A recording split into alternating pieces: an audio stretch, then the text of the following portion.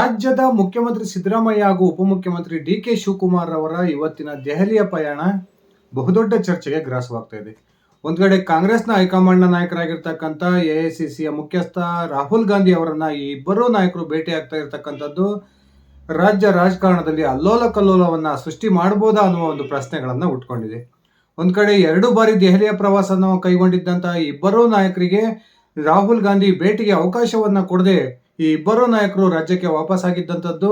ಇದೀಗ ರಾಹುಲ್ ಗಾಂಧಿ ಸ್ವತಃ ಈ ಇಬ್ಬರೂ ನಾಯಕರನ್ನ ದೆಹಲಿಗೆ ಕರೆಸ್ಕೊಳ್ತಾ ಇರ್ತಕ್ಕಂಥದ್ದು ನಿಜಕ್ಕೂ ಕೂಡ ಅಚ್ಚರಿಯನ್ನ ತಂದಿಟ್ಟಿದೆ.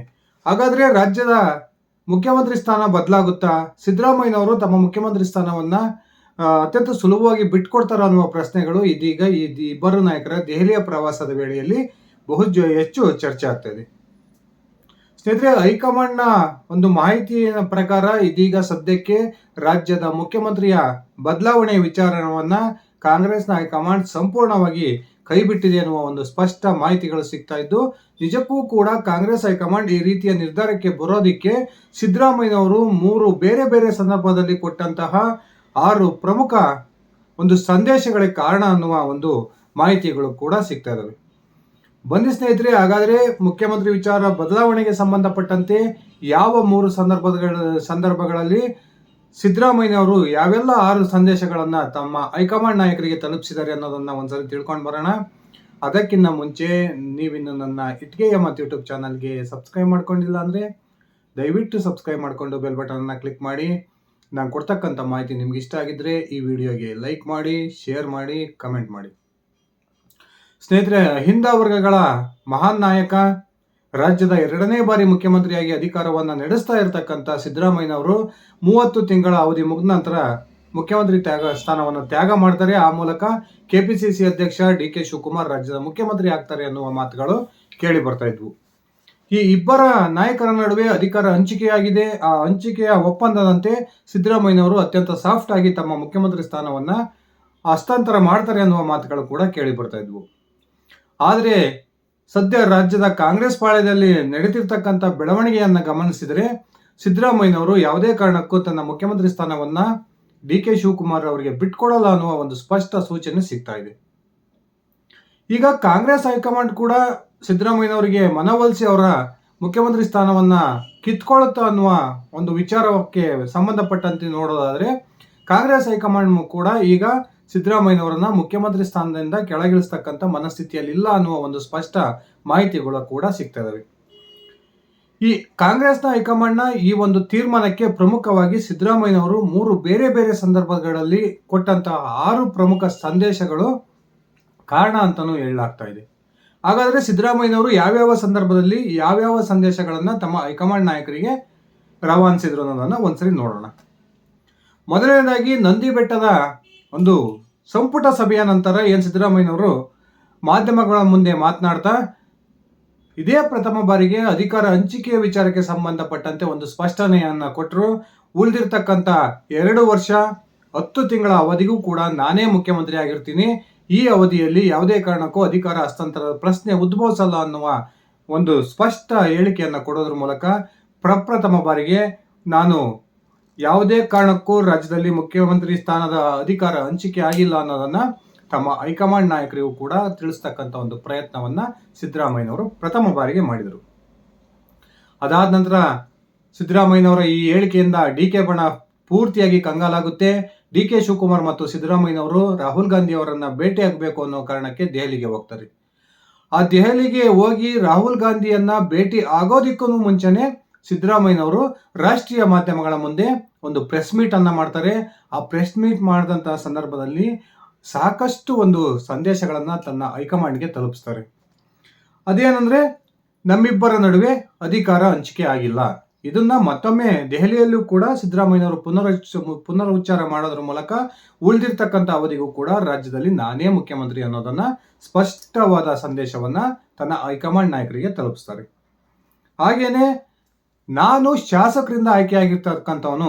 ಕರ್ನಾಟಕ ಕಾಂಗ್ರೆಸ್ನ 136ಕ್ಕೂ ಹೆಚ್ಚು ಶಾಸಕರಲ್ಲಿ ನಾನೇ ಮುಖ್ಯಮಂತ್ರಿಯಾಗಿ ಇರಬೇಕು ಅನ್ನುವ ಬಯಕೆಯನ್ನು ಹೊಂದಿರತಕ್ಕಂಥ ಶಾಸಕರ ಸಂಖ್ಯೆ ಸರಿಸುಮಾರು 85ರಿಂದ 90ರಷ್ಟಿದೆ ಅನ್ನೋದ್ರ ಮೂಲಕ ಹೈಕಮಾಂಡ್ ಯಾವುದೇ ರೀತಿಯ ಒಂದು ಪ್ರಯತ್ನವನ್ನ ಮಾಡಿದ್ರು ಕೂಡ ನನಗೆ ಎಲ್ಲೇವರೆಗೂ ಕಾಂಗ್ರೆಸ್ ಶಾಸಕರ ಬೆಂಬಲ ನನ್ನ ಪರವಾಗಿರುತ್ತೋ ಅಲ್ಲೇವರೆಗೂ ನಾನು ಹೈಕಮಾಂಡ್ನ ಯಾವ ನಿರ್ಧಾರಕ್ಕೂ ಕೂಡ ಸೊಪ್ಪಾಕಲ್ಲ ಅಂತಕ್ಕಂಥ ಒಂದು ಸ್ಪಷ್ಟ ಸಂದೇಶವನ್ನ ಸಿದ್ದರಾಮಯ್ಯನವರು ತನ್ನ ಹೈಕಮಾಂಡ್ ನಾಯಕರಿಗೆ ರವಾನಿಸ್ತಾರೆ.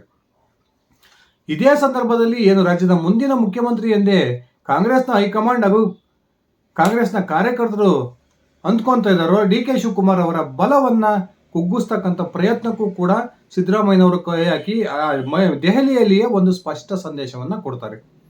ಆ ಮೂರನೇ ಸಂದೇಶ ಏನು ಅಂದ್ರೆ ಡಿ.ಕೆ. ಶಿವಕುಮಾರ್ ಅವರಿಗೆ ರಾಜ್ಯದ ಮುಖ್ಯಮಂತ್ರಿ ಆಗಬೇಕು ಅಂತ ಬಯಸ್ತಿರ್ತಕ್ಕಂಥ ಕಾಂಗ್ರೆಸ್ ಶಾಸಕರು ಒಬ್ಬರೋ ಇಬ್ಬರೋ ಇರ್ಬೋದು, ಅವರಿಗೆ ಶಾಸಕರ ಬಲ ಇಲ್ಲ.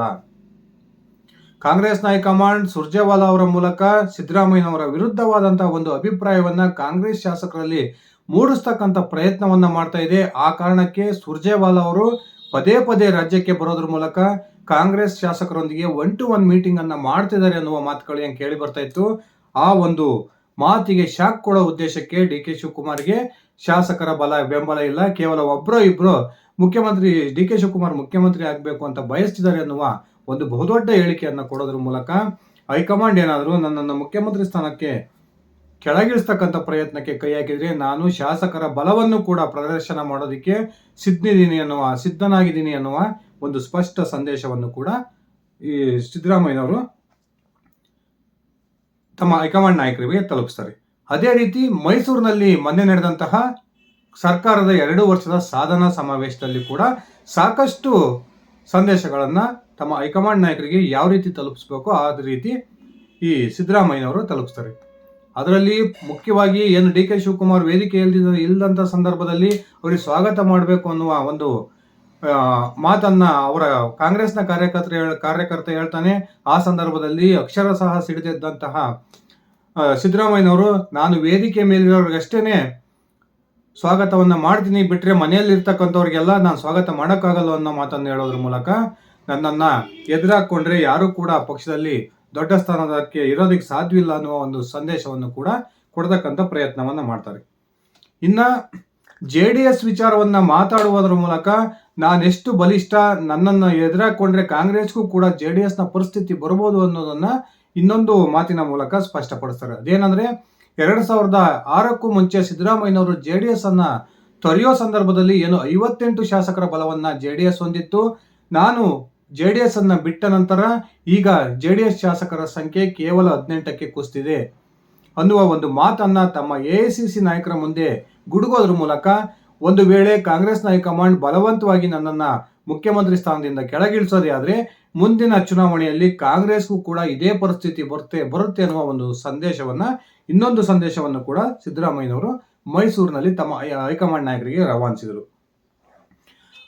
ಅದಲ್ಲದೆ ಇನ್ನೊಂದು ಪ್ರಮುಖ ಸಂದೇಶ ಏನಂದ್ರೆ 2028ಕ್ಕೂ ಯಾರ ನೇತೃತ್ವದಲ್ಲಿ ಒಂದು ಚುನಾವಣೆ ನಡೆಯುತ್ತೆ ಅನ್ನುವ ಪ್ರಶ್ನೆಗಳನ್ನ ಮಾಧ್ಯಮಗಳು ಕೇಳಿದಂತಹ ಸಂದರ್ಭದಲ್ಲಿ 2023ರಂತೆ 2028ಕ್ಕೂ ನಡೆಯುತ್ತೆ ಅನ್ನುವ ಒಂದು ಮಾತನ್ನು ಹೇಳೋದ್ರ ಮೂಲಕ 2028ರ ವಿಧಾನಸಭಾ ಚುನಾವಣೆಯಲ್ಲೂ ಕೂಡ ನನ್ನ ನೇತೃತ್ವದಲ್ಲಿಯೇ ಒಂದು ಚುನಾವಣೆ ನಡೆಯುತ್ತೆ, ಕಾಂಗ್ರೆಸ್ ನನ್ನ ನೇತೃತ್ವದಲ್ಲಿಯೇ ಚುನಾವಣೆಯನ್ನು ಎದುರಿಸುತ್ತೆ ಅನ್ನುವ ಒಂದು ಸ್ಪಷ್ಟ ಸುಳಿವನ್ನ ಕೊಡೋದ್ರ ಮೂಲಕ 2028ಕ್ಕೂ ಕೂಡ ನಾನೇ ಪ್ರಬಲವಾದ ಮುಖ್ಯಮಂತ್ರಿ ಸ್ಥಾನದ ಆಕಾಂಕ್ಷಿ ಅಂತಕ್ಕಂಥ ಒಂದು ಸ್ಪಷ್ಟ ಸಂದೇಶವನ್ನ ಸಿದ್ದರಾಮಯ್ಯನವರು ತಮ್ಮ ಹೈಕಮಾಂಡ್ ನಾಯಕರಿಗೆ ರವಾನಿಸಿದರು.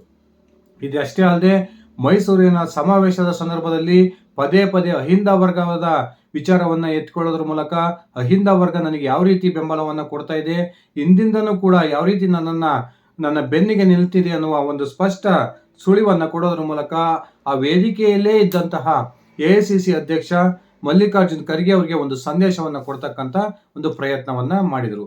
ಒಂದು ವೇಳೆ ಕಾಂಗ್ರೆಸ್ನ ಹೈಕಮಾಂಡ್ ಮುಖ್ಯಮಂತ್ರಿ ಬದಲಾವಣೆ ವಿಚಾರಕ್ಕೆ ಕೈ ಹಾಕಿದ್ರೆ ರಾಜ್ಯದಲ್ಲಿರ್ತಕ್ಕಂಥ ಅಹಿಂದ ಸಮುದಾಯ ನನ್ನ ಪರವಾಗಿ ನಿಲ್ಲುತ್ತೆ, ಆ ಮೂಲಕ ಕಾಂಗ್ರೆಸ್ಗೆ ಬಹುದೊಡ್ಡ ಹೊಡೆತವನ್ನ ಕೊಡುತ್ತೆ ಅನ್ನುವ ಒಂದು ಸಂದೇಶವನ್ನು ಕೂಡ ಸಿದ್ದರಾಮಯ್ಯನವರು ರವಾನಿಸಿದರು. ಸಿದ್ದರಾಮಯ್ಯನವರು ಈ 3 ಬೇರೆ ಬೇರೆ ಸಂದರ್ಭಗಳಲ್ಲಿ 6 ಪ್ರಮುಖ ಒಂದು ಸಂದೇಶಗಳನ್ನ ತನ್ನ ಹೈಕಮಾಂಡ್ ನಾಯಕರಿಗೆ ರವಾನಿಸಿದ್ರು. ಆ ಒಂದು ಸಂದೇಶಗಳ ನಂತರ ಕಾಂಗ್ರೆಸ್ನ ಹೈಕಮಾಂಡ್ ಕೂಡ ಇದೀಗ ಸಿದ್ದರಾಮಯ್ಯನವರ ವಿಚಾರದಲ್ಲಿ ಒಂದು ರೀತಿ ತಣ್ಣಗಾದಂತೆ ಕಂಡು ಬರ್ತಾ ಇದೆ. ಸದ್ಯಕ್ಕೆ ರಾಜ್ಯದ ಮುಖ್ಯಮಂತ್ರಿಯ ಬದಲಾವಣೆಯ ವಿಚಾರವನ್ನ ಕೈ ಬಿಡೋಣ ಅನ್ನುವ ತೀರ್ಮಾನಕ್ಕೂ ಕೂಡ ಕಾಂಗ್ರೆಸ್ ಹೈಕಮಾಂಡ್ ನಾಯಕರು ಬಂದಿದ್ದಾರೆ ಅನ್ನುವ ಒಂದು ಸ್ಪಷ್ಟ ಸುಳಿವುಗಳು ಸಿಗ್ತಾ ಇದ್ದು, ಸಿದ್ದರಾಮಯ್ಯನವರು ತಾನಾಗೆ ತಾನು ತನ್ನ ಮನಸ್ಸನ್ನ ಒಪ್ಪಿ ಅಧಿಕಾರವನ್ನ ಬಿಟ್ಕೊಡೋದಾದ್ರೆ ಅಷ್ಟೇನೆ ರಾಜ್ಯದಲ್ಲಿ ಮುಖ್ಯಮಂತ್ರಿ ಬದಲಾವಣೆ ಸಾಧ್ಯ ಅನ್ನುವ ಒಂದು ಸ್ಪಷ್ಟವಾದ ಸುಳಿವುಗಳು ಸಿಗ್ತಾ ಇದ್ದಾವೆ.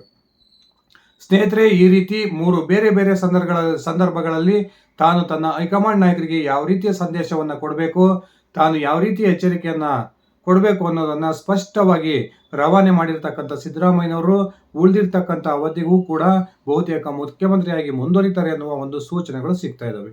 ನಿಮ್ಮ ಅಭಿಪ್ರಾಯದ ಪ್ರಕಾರ ನಿಜಕ್ಕೂ ಕೂಡ ಸಿದ್ದರಾಮಯ್ಯನವರು ತಮ್ಮ ಅಧಿಕಾರವನ್ನು ಹಸ್ತಾಂತರ ಮಾಡ್ತಾರಾ, ಅಥವಾ 2028ರ ಚುನಾವಣೆಗೂ ಕೂಡ ನನ್ನದೇ ನೇತೃತ್ವದಲ್ಲಿ ಚುನಾವಣೆ ನಡಿಬೇಕು ಅನ್ನುವ ಹಠಕ್ಕೆ ಬೀಳ್ತಾರಾ? ದಯವಿಟ್ಟು ಕಮೆಂಟ್ ಮಾಡಿ. ಇದಿಷ್ಟಾಗಿತ್ತು ನನ್ನ ಇವತ್ತಿನ ಈ ವಿಡಿಯೋ. ನಾನು ಕೊಟ್ಟಿರ್ತಕ್ಕಂಥ ಮಾಹಿತಿ ನಿಮ್ಗೆ ಇಷ್ಟ ಆಗಿದ್ರೆ ಈ ವಿಡಿಯೋಗೆ ಲೈಕ್ ಮಾಡಿ, ಶೇರ್ ಮಾಡಿ, ಕಮೆಂಟ್ ಮಾಡಿ. ಧನ್ಯವಾದಗಳು ಸ್ನೇಹಿತರೆ. ಶುಭ ದಿನ.